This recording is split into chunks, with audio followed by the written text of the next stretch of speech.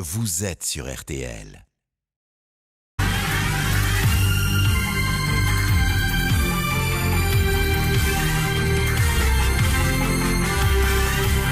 Le grand jury RTL Le Figaro LCI. Invité aujourd'hui, Valérie Pécresse, présidente de la région Île-de-France. Le débat est dirigé par Benjamin Sportouche. Bonjour à tous, bienvenue dans ce grand jury. Bonjour Valérie Pécresse. Bonjour. Merci d'être avec nous aujourd'hui pour ce grand jury, ce grand oral. À mes côtés, pour vous interroger, Guillaume Roquette du Figaro. Bonjour Guillaume. Bonjour. Et Christophe Jacubizine de TF1 LCI. Bonjour Christophe. Et puis le grand jury, vous le savez, est une émission interactive.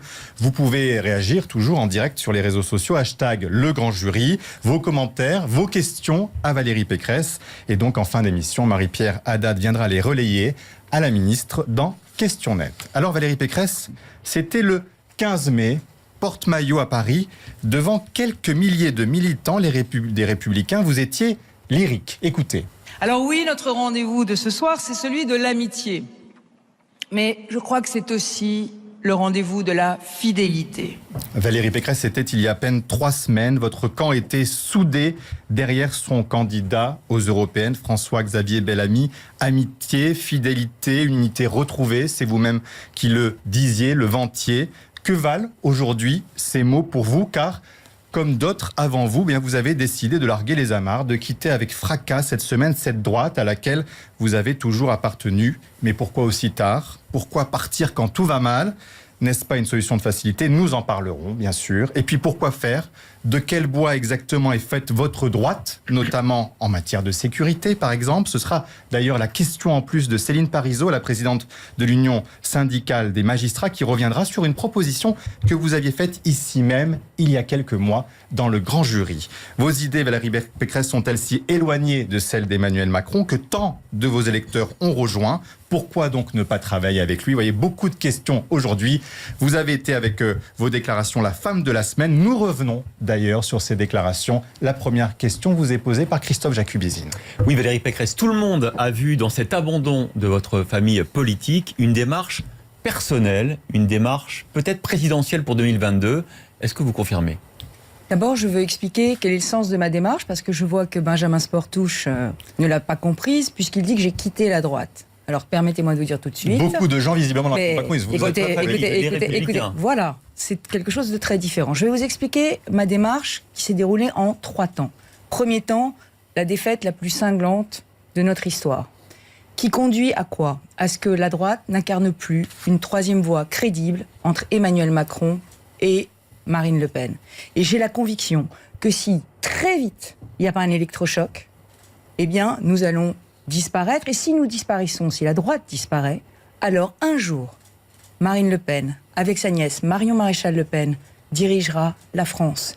Et cette femme, qui est aujourd'hui la marionnette de Trump et de Poutine, mettra le pays en faillite et provoquera le chaos. Donc ça, c'est premier constat.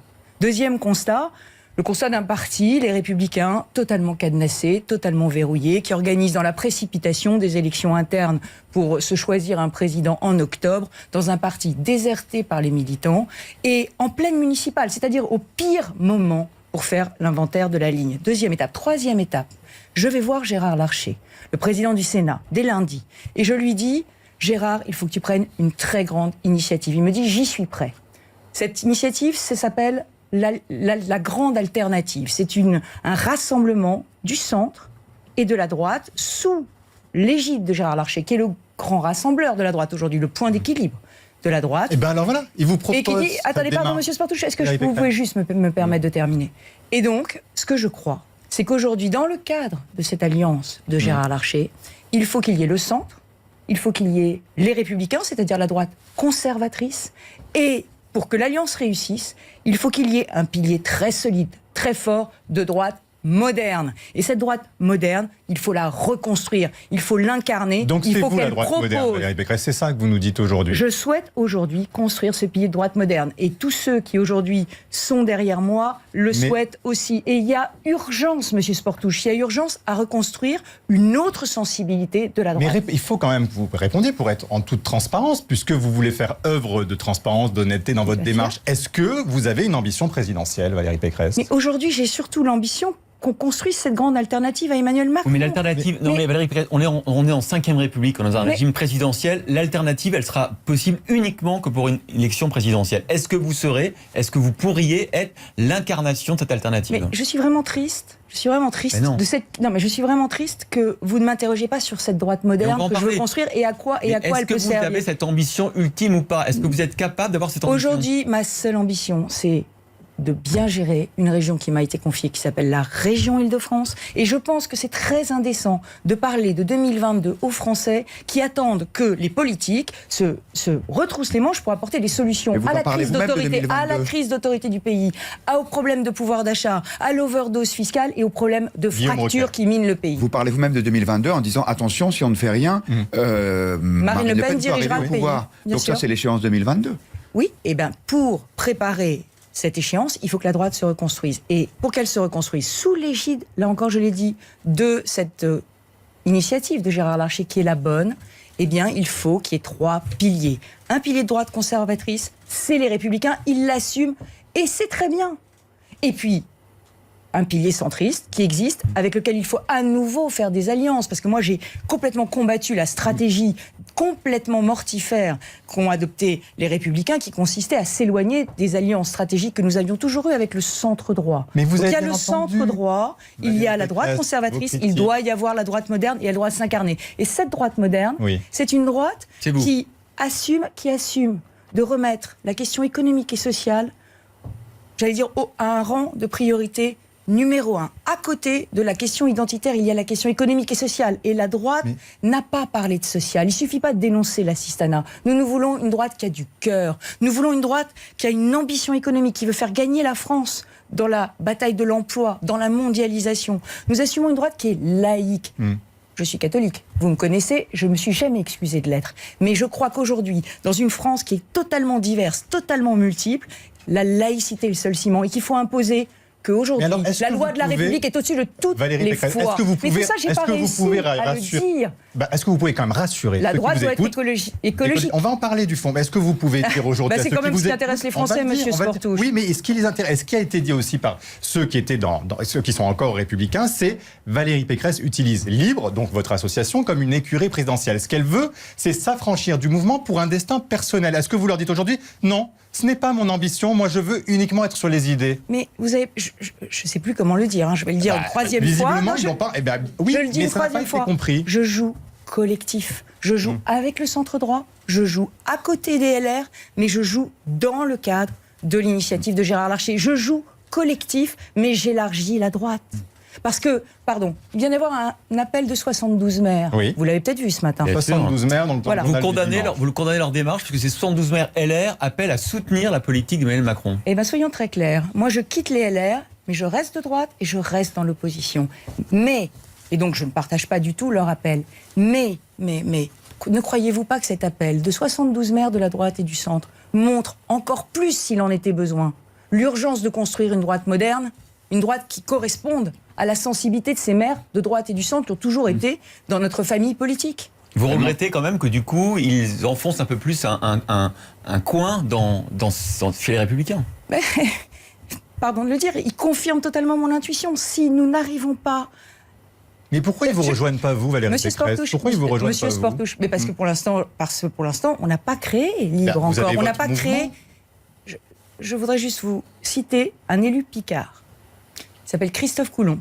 Il est venu à la réunion que Larcher organisée la semaine dernière. Il a dit, nous sommes comme des commerçants qui s'interrogent pourquoi il n'y a personne dans la boutique.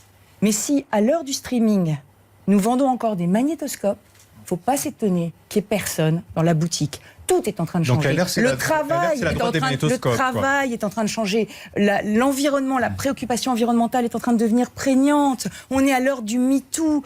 Pardon, mais la droite, elle doit s'impliquer sur tous ces sujets. Les fractures territoriales, la situation explosive de nos banlieues, la lutte, les questions de sécurité aussi, sur lesquelles Emmanuel Macron est totalement en dessous de ce qu'il faudrait faire et des réponses qu'il faudrait apporter. C'est les électeurs de la droite moderne, est-ce qu'ils ne sont pas partis chez Emmanuel Macron aux dernières européennes? C'est une très bonne question. Mais bien sûr que oui, ils sont partis. Bien sûr que oui. Et d'ailleurs, à la Porte-Maillot, puisque vous m'avez fait la gentillesse de me montrer cet extrait, à la Porte-Maillot, qu'est-ce que j'ai dit? J'ai dit il va falloir se retrousser les manches pour aller chercher les électeurs, nos électeurs qui sont partis chez Emmanuel Macron. Et à ce moment de mon discours, la salle a sifflé. À ce moment de mon discours, la salle a sifflé. Ça veut dire que nous avions aujourd'hui une salle de militants, une salle d'adhérents qui étaient très convaincus de la ligne de François-Xavier Bellamy, mais qui ne voulaient plus rien avoir à faire avec tous les Français qui aujourd'hui sont de droite, mais ont été votés Emmanuel Macron. Et d'ailleurs, les messages de soutien que je reçois... À chaque fois que vous allez dans un meeting, c'est vrai, quand vous posez une position centriste, centrale, vous êtes hué, ou en tout cas, il y a une manifestation hostile. Pourquoi, depuis 2 ans, vous n'avez pas quitté, à ce moment-là, les Républicains, juste après la présidentielle? Monsieur Sportouche, je vous reprends là encore. Je ne présente aucune proposition centriste. Je suis de droite. Je suis de droite, je suis pour l'autorité, je suis pour la liberté et je suis pour une vision du social qui soit une vision du social qui lutte contre les inégalités de destin et qui fasse de l'équité.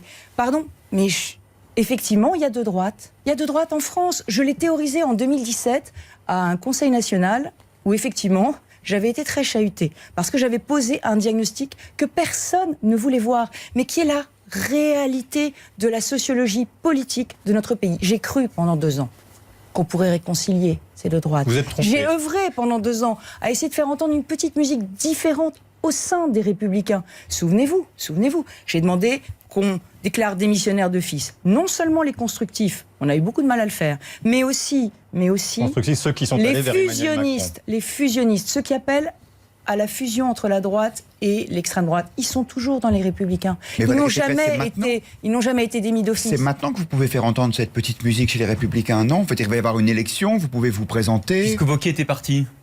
Mais justement non.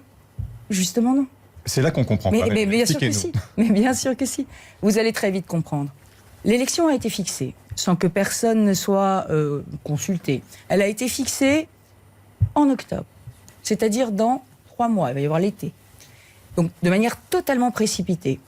Dans un parti qui est vidé de ses adhérents. Parce que permettez-moi de vous dire que tous les adhérents qui ne partageaient pas la ligne de Laurent Wauquiez et de François-Xavier Bellamy... Il en reste 70 000, ils n'ont pas renouvelé leur cotisation. Donc aujourd'hui, nous avons un parti vidé de ses adhérents. Nous avons une élection en octobre. Est-ce que vous pensez vraiment qu'en pleine municipale, alors que le combat municipal est aussi crucial pour la droite et le centre, qu'il l'est, parce qu'aujourd'hui, qu'est-ce qu'il nous reste? Il nous reste nos communes, il nous reste nos villes. Et aujourd'hui, moi, je vais être puissamment, en octobre d'ailleurs, c'est là que je serai, je vais être puissamment en soutien de nos maires. Parce qu'aujourd'hui, c'est eux. Vous allez leur donner une... C'est eux aujourd'hui, pardon, je finis s'il vous plaît. C'est eux qui tiennent aujourd'hui dans leurs mains, cette droite qui rassemble et l'avenir de la droite. Donc, il n'est pas question en octobre d'aller se chamailler sur la ligne. Ce choix d'octobre, c'est celui du refus de l'inventaire sur la ligne. Mais juste une petite question sur l'émission. Est-ce qu'ils auront une étiquette libre, le nom de votre mouvement, par exemple? Ou vous voulez avoir des maires qui se reconnaissent et se prennent sous votre étiquette? Je soutiendrai tous les maires qui défendront les valeurs de la droite et du centre dans le cadre et sous l'égide de la grande alliance de Gérard Larcher. Je soutiendrai les maires centristes, je soutiendrai les maires de droite moderne, je soutiendrai les maires LR. Valérie Pécresse, revenons aux Français, aux électeurs de droite qui votent. Et d'ailleurs, je complète, je ferai une charte qui montrera les valeurs que nous défendons dans ces municipales. Des valeurs de social, d'écologie, d'attractivité économique, d'exemplarité de gestion. Parce que là encore, pardon de le dire, mais la baisse des impôts, ça passe par la baisse de la dépense publique. Si on pouvait faire un tout petit travail de gestion... Ce mouvement aura un nom ou est-ce que vous serez toujours libre? Vous gardez libre. Est-ce que vous aurez un groupe à l'Assemblée nationale? Est-ce que vous espérez avoir un groupe à l'Assemblée nationale?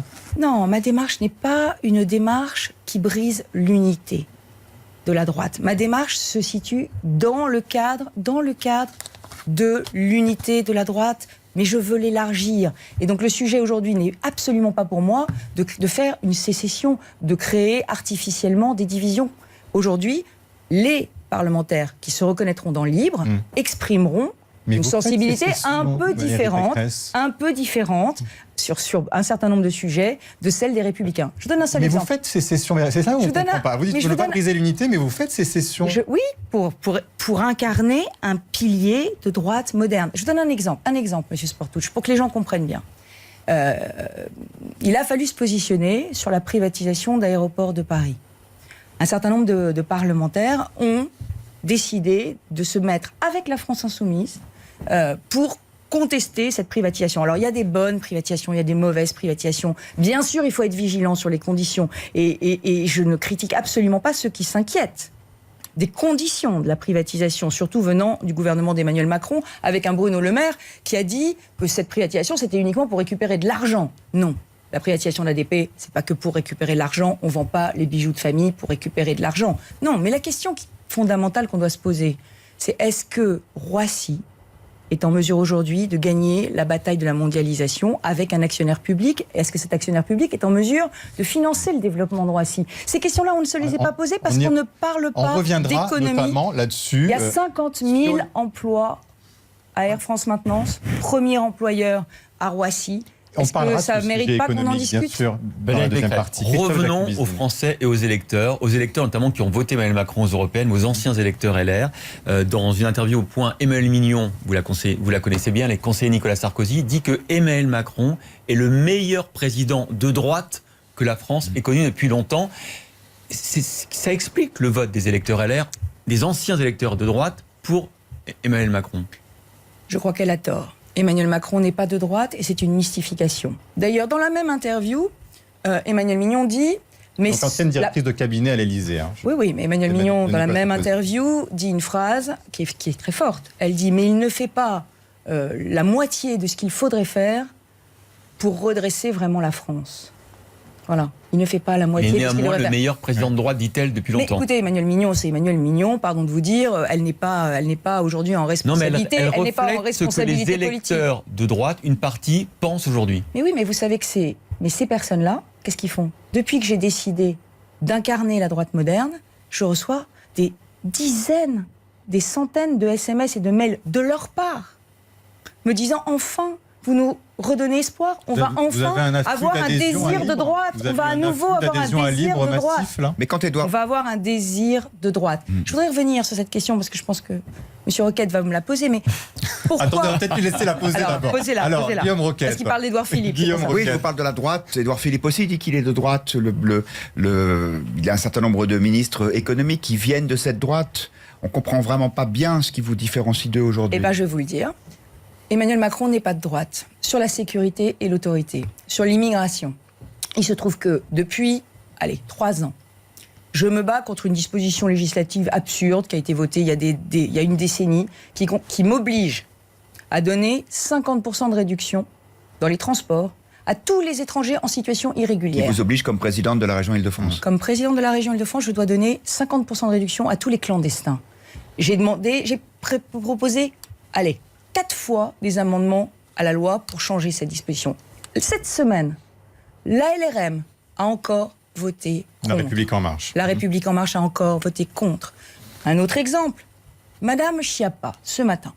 Madame Schiappa, ce matin, dit « Ah, c'est très mal d'harceler les femmes dans les trains. » Elle a totalement raison, c'est un de mes combats, et c'est notamment un de mes combats dans les transports en commun dans ma région. Qu'est-ce que j'ai proposé?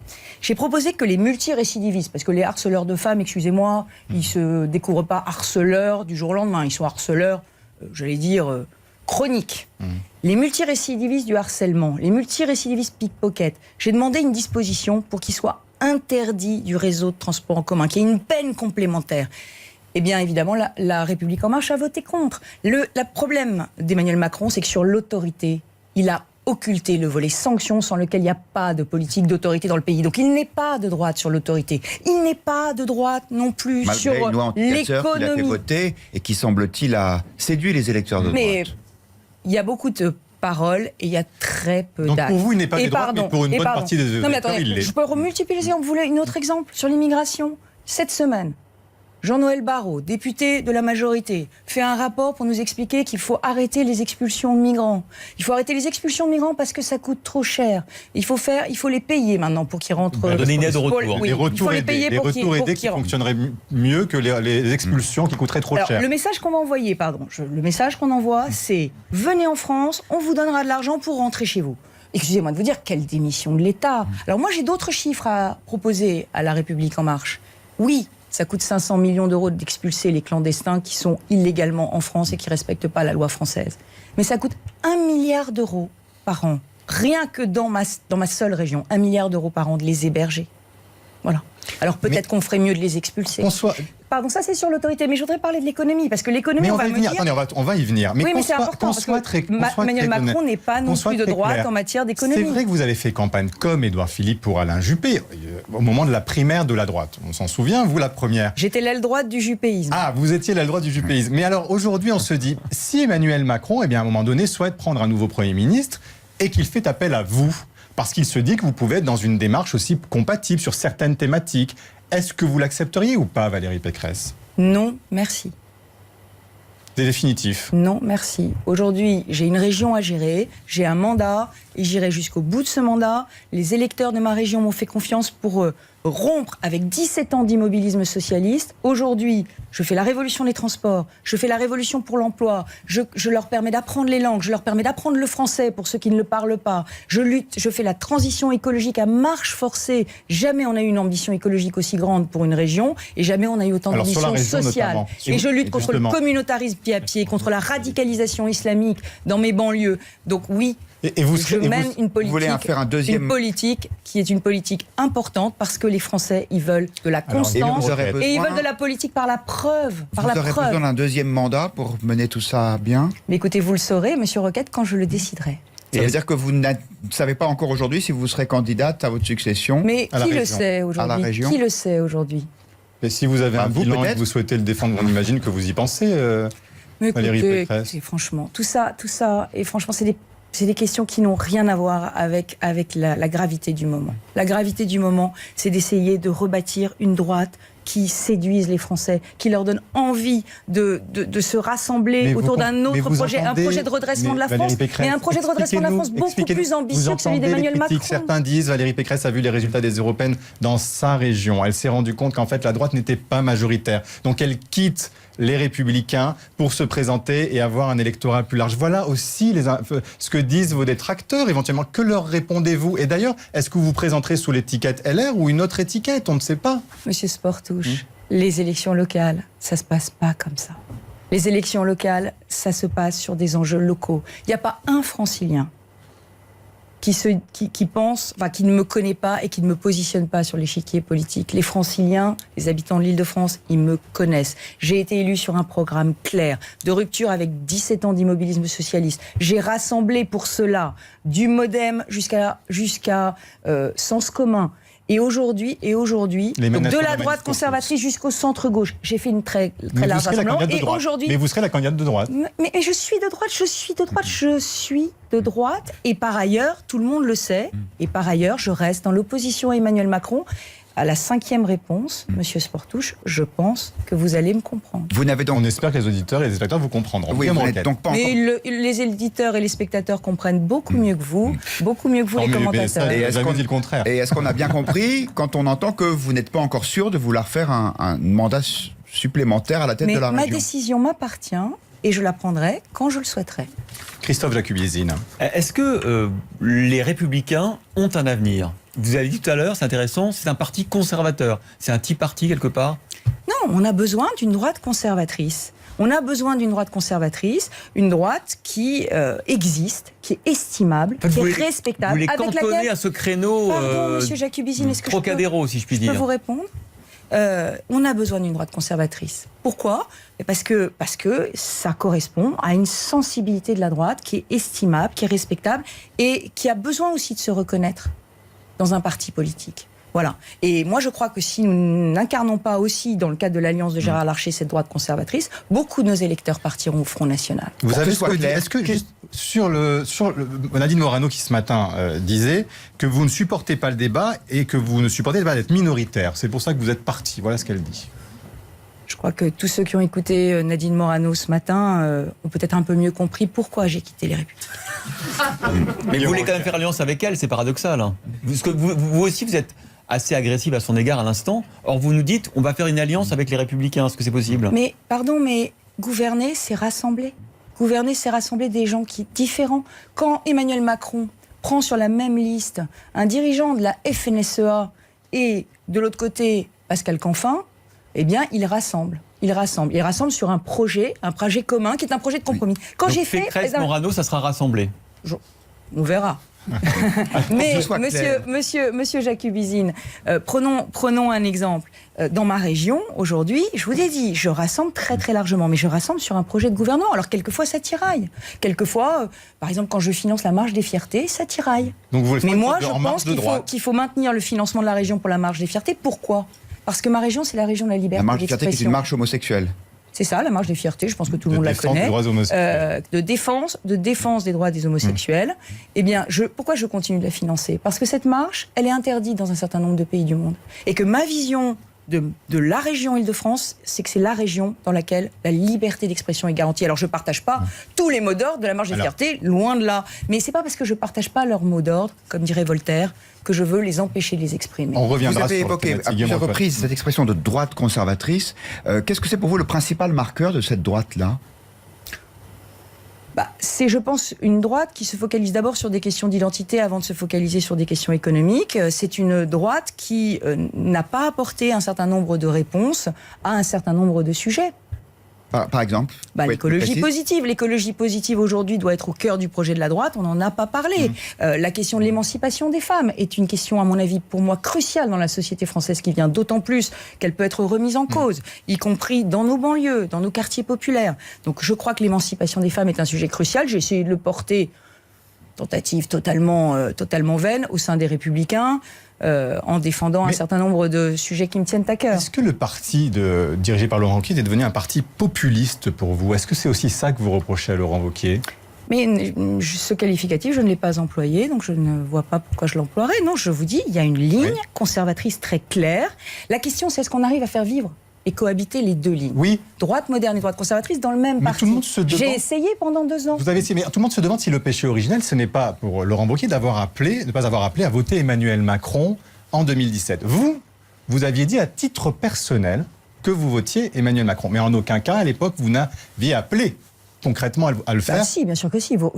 J'ai vérifié, vous n'avez pas fait les deux. Vous avez appelé, vous avez dit personnellement vous votiez. Mais vous pensez que c'était quand même la ligne rouge que n'a pas respecté Laurent Wauquiez ? Pardon, monsieur Sportouche, moi j'ai appelé à voter Emmanuel Macron. Simplement, je respecte les électeurs. Je pense qu'ils n'aiment pas les consignes de vote. Donc voilà, moi j'ai toujours fait les choses, j'allais dire en clarté, en transparence et peut-être un peu en courage. Parce que je n'ai jamais été dans l'habileté. Moi, j'ai toujours dit pour qui je votais. Je l'ai dit à la primaire de la droite, j'ai dit que je votais Juppé. Je l'ai dit au présidentiel, j'ai dit que je votais Macron. Et je l'ai à nouveau dit aux européennes, où j'ai clairement dit que je votais François-Xavier Bellamy. Donc, je suis désolée, moi, j'ai jamais été dans l'habileté, je me suis jamais dérobée. Et je pense qu'un homme ou une femme d'État, ça dit son vote. Oui. Alors, on se retrouve dans quelques minutes pour la suite de votre grand jury, Valérie Pécresse. À tout de suite.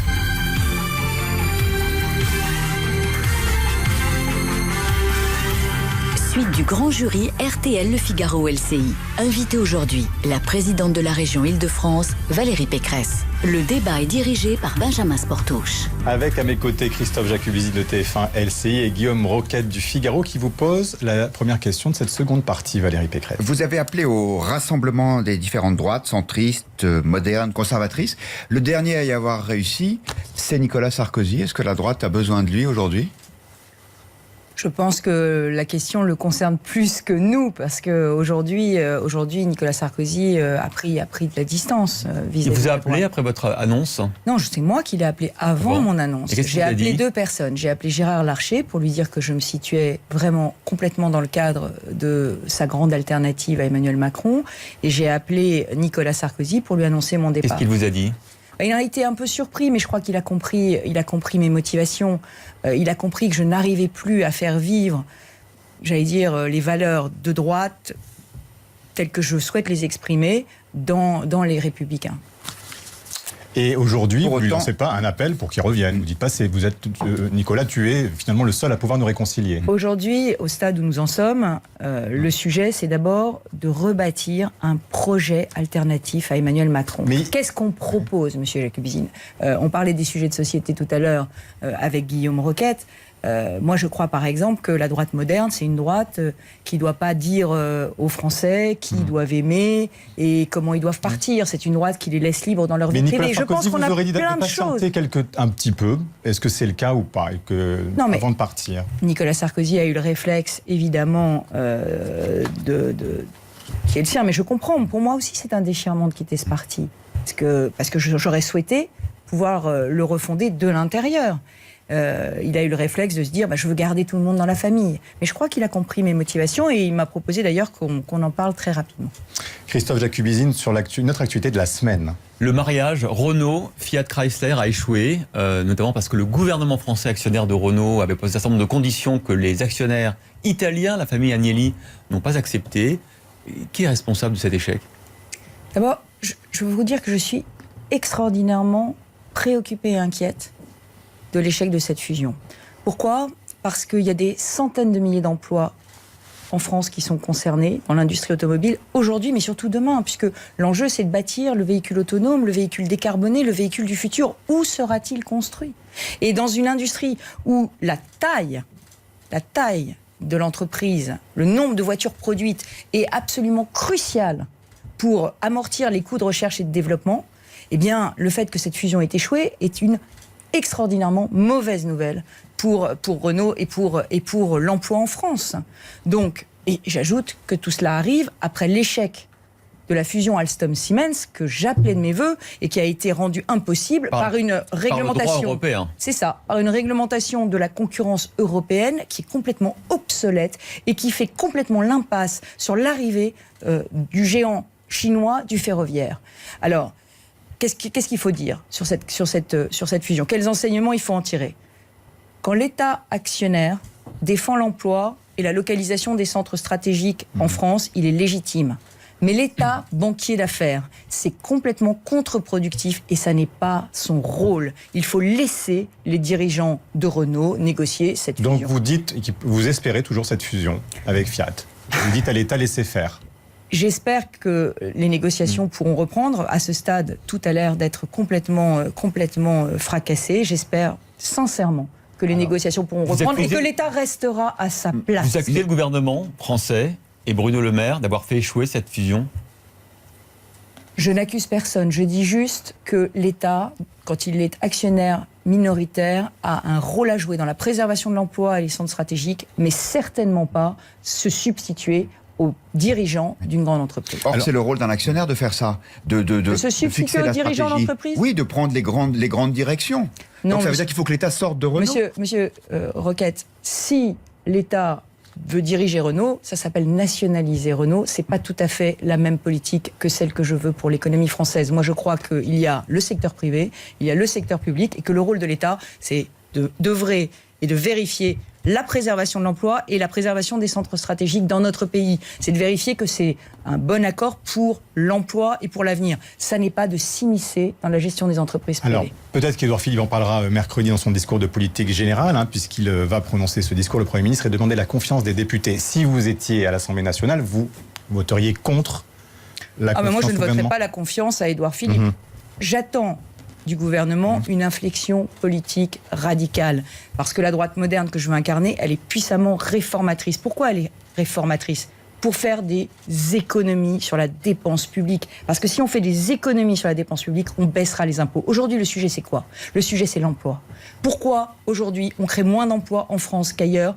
Eh bien, tout simplement, peut-être parce que les impôts de production sur les entreprises sont trop élevés. Pour baisser ces impôts de production, il faut baisser les dépenses publiques. De la même façon, quel est l'autre problème en France ? C'est que les Français n'arrivent pas à vivre décemment de leur salaire ni de leur retraite. Eh bien, le sujet, c'est la réforme des retraites.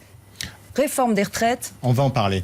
Et l'autre sujet, c'est la baisse de la dépense et la baisse de tous les impôts. Parce que les impôts, c'est pas que l'impôt sur le revenu. C'est tous ces taxes, ces charges qui ne cessent d'augmenter. On donne d'un côté, on reprend de l'autre. Les Français sont pas dupes. Vous les êtes 17 milliards de cadeaux d'Emmanuel Macron, va échouer. Pour vous, c'était pour les européennes. Et il n'y a pas de baisse d'impôts durable sans baisse des dépenses. Aujourd'hui, vous êtes convaincu que Emmanuel Macron va échouer dans sa politique économique ? Aujourd'hui, le compte n'y est pas. Mais on crée les emplois de nouveau. Aujourd'hui, le compte n'y est pas. Et si le compte n'y est pas, Emmanuel Macron n'aura pas de deuxième chance. Il a eu la crise des Gilets jaunes qui a été un vent extrêmement violent. Il s'est rétabli à travers le grand débat. Il a dit qu'il avait entendu, mais maintenant, il faut qu'il fasse. Il ne peut pas avoir juste les paroles de la droite sans avoir les actes de la droite. Mais vous entendez aussi ceux qui, dans votre temps, disent qu'il faut l'aider. Les solutions de la droite sont celles qu'il faut pour le pays. Maires. Ceux qui vous disent qu'il faut l'aider. Voilà, on est dans une nouvelle ère. Il n'y a plus la droite contre la gauche. Il faut l'aider. Il y a ces 72 maires ce matin qui le rejoignent. Est-ce que c'est de l'opportunisme ou est-ce que vous entendez aussi ce message de rassemblement, peut-être d'union nationale? Mais attendez. À chaque fois que les choses vont dans le bon sens, il faut les voter. Moi, j'ai été la première à appeler, alors que les Républicains ont longtemps hésité, à soutenir la réforme de la SNCF. C'était une évidence pour moi, il fallait la soutenir. Mais par contre, je ne comprends pas pourquoi les Républicains ont voté contre, il y a 2 semaines, la réforme de la fonction publique, qui va dans le bon sens. Qui va dans le bon sens. Non, quand des réformes vont dans le bon sens, il faut les voter. Ou alors au moins s'abstenir. Ou au moins s'abstenir, parce que sur la réforme de la fonction publique, la réalité c'est qu'elle va pas assez loin. Elle va pas assez loin. Donc quand ça va pas assez loin, il faut le dire. C'est bien, aussi. Mais c'est pas assez, Macron, en fait, c'est ça. C'est des paroles. Non. Vous déformez. Vous êtes en train de déformer ce que j'ai dit. J'ai dit que Macron ne menait pas une politique de droite, ni sur l'autorité, parce qu'il n'y a pas de volet sanctions, ni sur la laïcité, la lutte contre le communautarisme, ni sur la lutte contre les fractures. Je vais vous donner un exemple. Moi, aujourd'hui, les Gilets jaunes, ils ont commencé dans ma région. Ça ne se sait pas. Ils ont commencé en Seine-et-Marne, avec M. Drouet et Mme Ludowski. Et pourquoi ? Parce qu'il n'y a pas de pire relégation que d'être à quelques dizaines de kilomètres d'une grande métropole et de n'avoir pas de train, pas de service public, pas d'accès à la santé. Alors, moi, j'avais dit au gouvernement, ma priorité, c'est la ligne Paris-Provins 3, la dernière ligne non électrifiée d'Île-de-France. Et le gouvernement a refusé de payer les 50 millions d'euros qu'il devait pour cette ligne. C'est moi qui ai dû faire l'avance. Donc ne dites pas que M. Macron a compris la question de la réduction des fractures. Il n'a pas compris. Il pèse pas assez la dépense publique, mais en l'occurrence, ça faisait une dépense de plus. C'est peut-être pour ça qu'il n'a pas voulu. Mais M. Roquette, justement, moi j'ai baissé d'1 milliard d'euros les dépenses de fonctionnement de ma région. J'ai arrêté tous les gaspillages. J'ai fermé 15 structures qui vivaient avec des frais disproportionnés et qui n'avaient pas d'utilité. Pourquoi ? Pour récupérer ce milliard et le mettre sur des investissements d'avenir. C'est les investissements qui créeront la richesse. C'est le fait que tous les habitants du Provinois, tous les habitants de l'Aube pourront venir à Paris rapidement et dans de bonnes conditions, pourront se déplacer, pourront exporter leurs produits parce qu'ils arriveront à Paris très vite. C'est ça qui créera demain la prospérité de la France. Il faut une politique d'investissement public et pas de gaspillage public. Revenons, on va y revenir sur la politique nationale, c'est l'heure de questions express. Le grand jury, questions express. Valérie Pécresse, quelques questions pour ou contre la PMA pour toutes les femmes. Cette question, c'est bien parce que... C'est pour ou contre C'est bien parce qu'à chaque fois que je viens en grand jury, oui. Vous me la posez. Peut-être, on peut évoluer, bien, on peut changer d'avis. Dites-nous. Je peux juste vous dire une chose, c'est que les problèmes des Français ne se résument pas à ce sujet de la PMA. Mais je vais répondre parce que ma réponse, elle n'a pas changé. Oui. Moi, je suis, en tant que femme, en tant que féministe, très sensible au désir d'enfant qui s'exprime. Mais j'ai des sujets éthiques très forts qui aujourd'hui m'empêchent d'être favorable à cette réforme, c'est l'accès aux origines des enfants.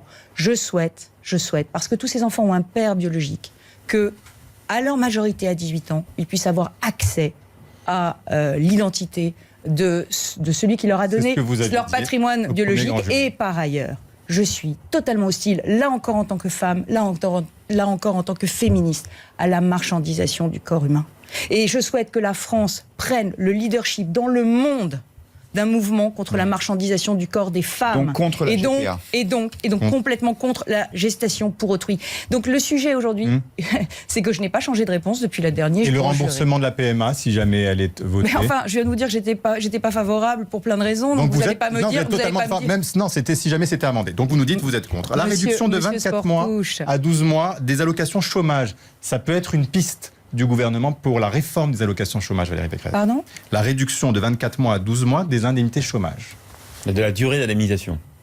Je pense qu'aujourd'hui, quand on tombe au chômage, il faut absolument qu'on soit ramené dans l'emploi très très vite. Et c'est ce que je suis en train de faire à la région. On est en train de lancer un plan d'1 milliard d'euros de formation individuelle pour les chômeurs, pour les demandeurs d'emploi. Non mais c'est important. Non mais attendez, pardon. Si je peux finir une réponse. Non, mais on doit avoir la réponse à cette. Mais vous allez l'avoir, très clairement, parce que moi, je ne me dérobe pas, je réponds à toutes vos questions. Non. Le sujet, c'est qu'est-ce qui est bon pour les personnes en demande d'emploi. Ce qui est bon, et vous le demanderez d'ailleurs à Laurent Berger de la CFDT qui se fait souvent l'avocat de cette question, c'est que dans les 6 premiers mois, on remette les chômeurs, on remette le pied à l'étrier aux chômeurs. Et donc les laisser pendant 24 mois toucher des allocations. C'est trop long. Ça les éloigne de l'emploi et ça les rend moins employables parce que c'est une illusion d'optique. On se dit j'ai 24 mois donc je verrai dans un an où j'en suis. Donc non. on réduit à combien, Non. Valérie Pécresse? Mais il faut faire une réforme. Après la question c'est que pour les cadres sup, c'est ce qu'on envisage là. Attendez. La question elle est plus complexe que ça.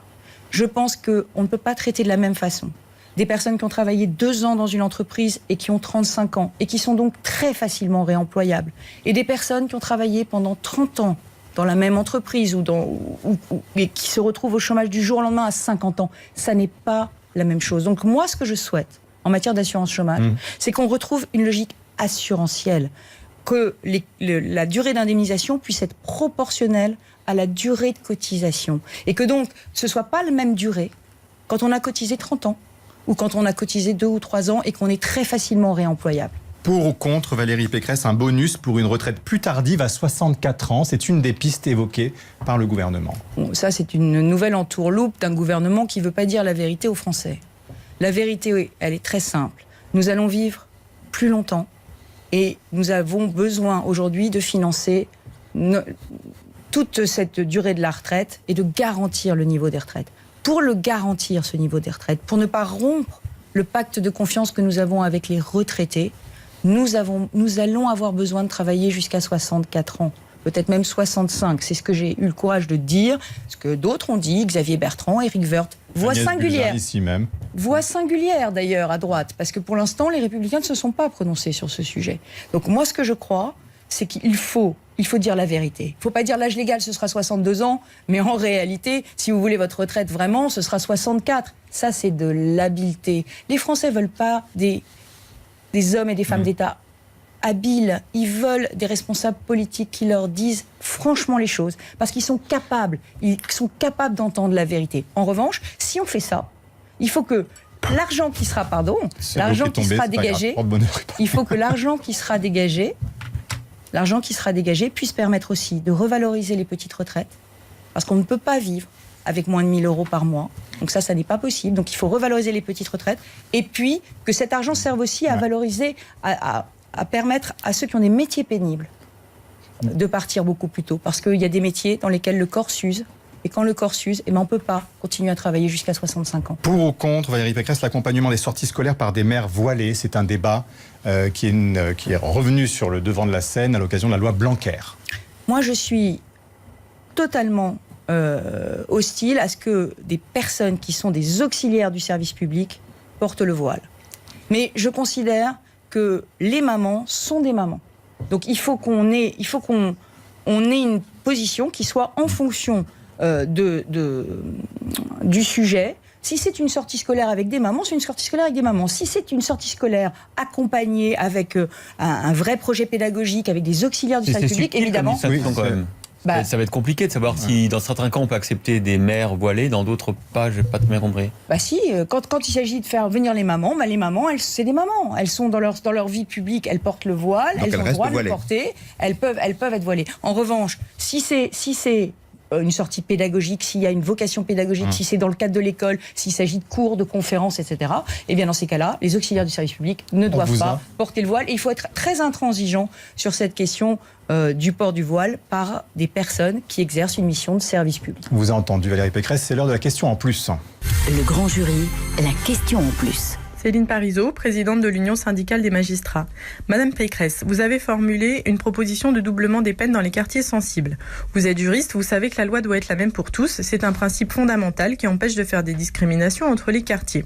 Maintenez-vous cette proposition inconstitutionnelle? Et sinon, pourquoi ne pas plutôt vous intéresser à l'exécution des peines, puisqu'aujourd'hui, en raison de la surcharge des services de la justice et de l'administration pénitentiaire, elles sont exécutées avec retard et souvent dans des conditions déplorables.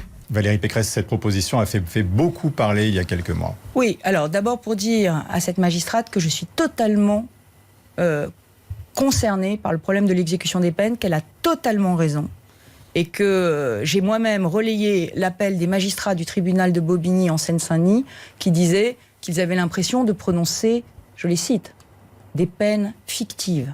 Des peines fictives. Parce qu'ils prononcent des peines lourdes pour des délinquants d'habitude, des délinquants multirécidivistes, des caïds, des voyous, et que ces peines ne sont pas exécutées. Donc je suis totalement mobilisée sur l'exécution des peines. J'ai même proposé, mais attendez, pardon, c'est important, j'ai même proposé à Madame Belloubet de l'aider, c'est quand même pas le rôle de la région, à financer des places supplémentaires de prison avec l'argent de la région.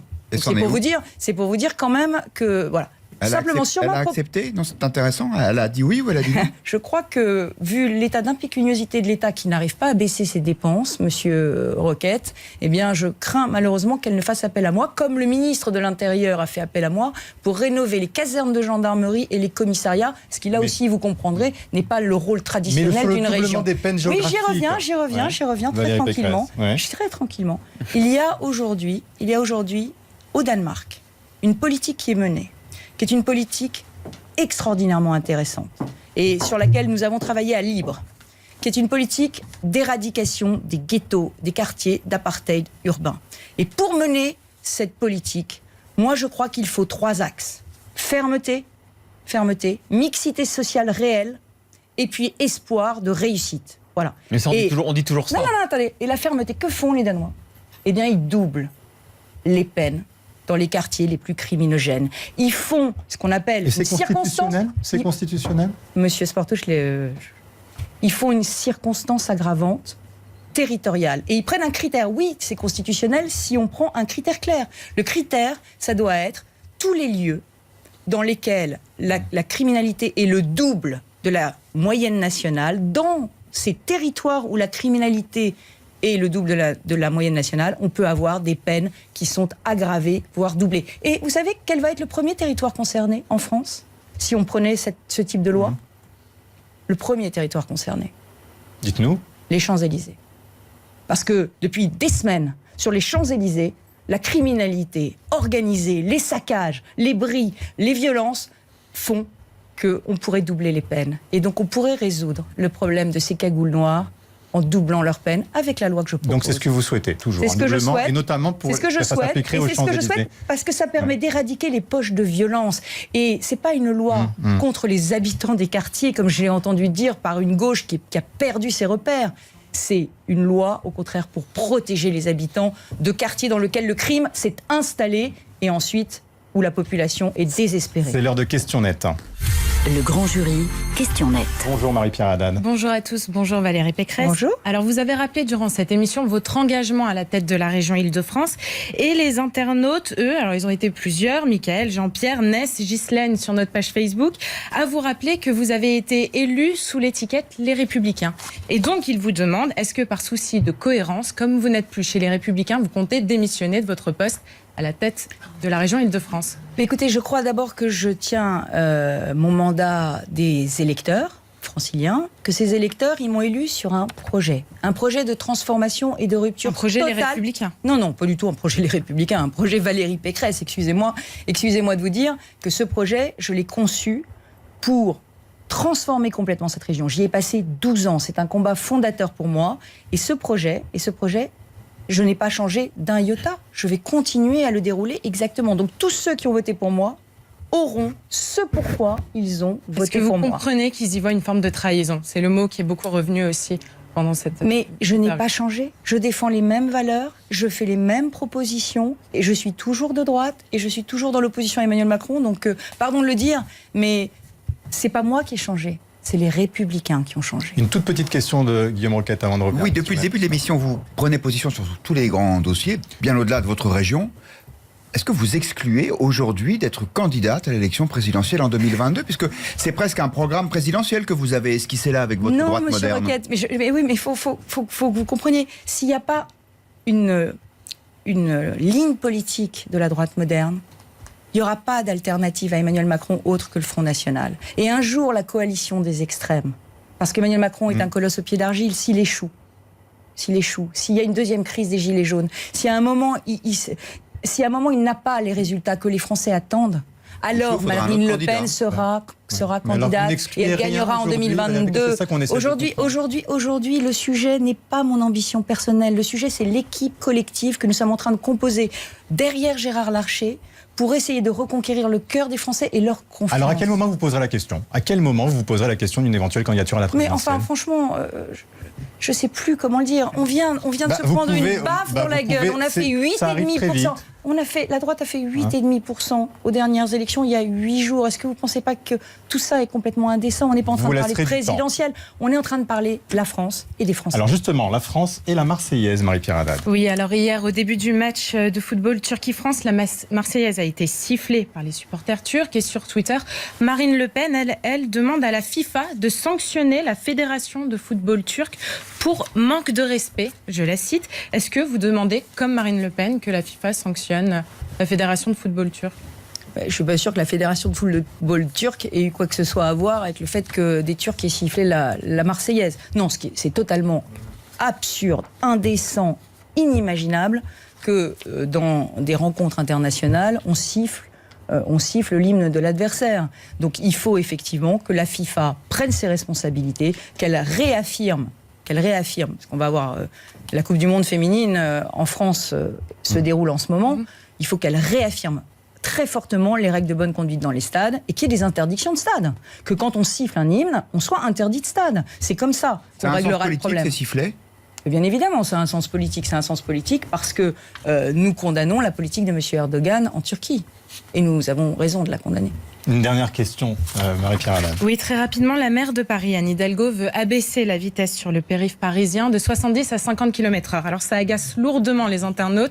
Vous, qu'est-ce que vous en pensez ? Est-ce que vous êtes favorable à une vitesse à 50 km/h sur le périph' parisien ? Eh bien, je vais vous dire une chose, je vais prendre mes responsabilités et je vais convoquer une grande réunion de concertation dans le cadre d'Île-de-France Mobilité que je préside, qui est donc l'autorité organisatrice des transports en Île-de-France, grande concertation avec tous les maires des villes limitrophes, tous les départements d'Île-de-France, toutes les associations, tous les représentants du monde économique. Là maintenant, à partir de maintenant, on va commencer. À l'automne, on aura la restitution de cette concertation. Je vais auditer avec des experts les propositions d'Anne Hidalgo, mais je tiens à rappeler 2 choses. L'ennemi, c'est pas la route, c'est pas la voiture, c'est la pollution. Et deuxièmement, la voiture, malheureusement, restera en Île-de-France pendant encore de nombreuses années un réducteur puissant d'inégalités.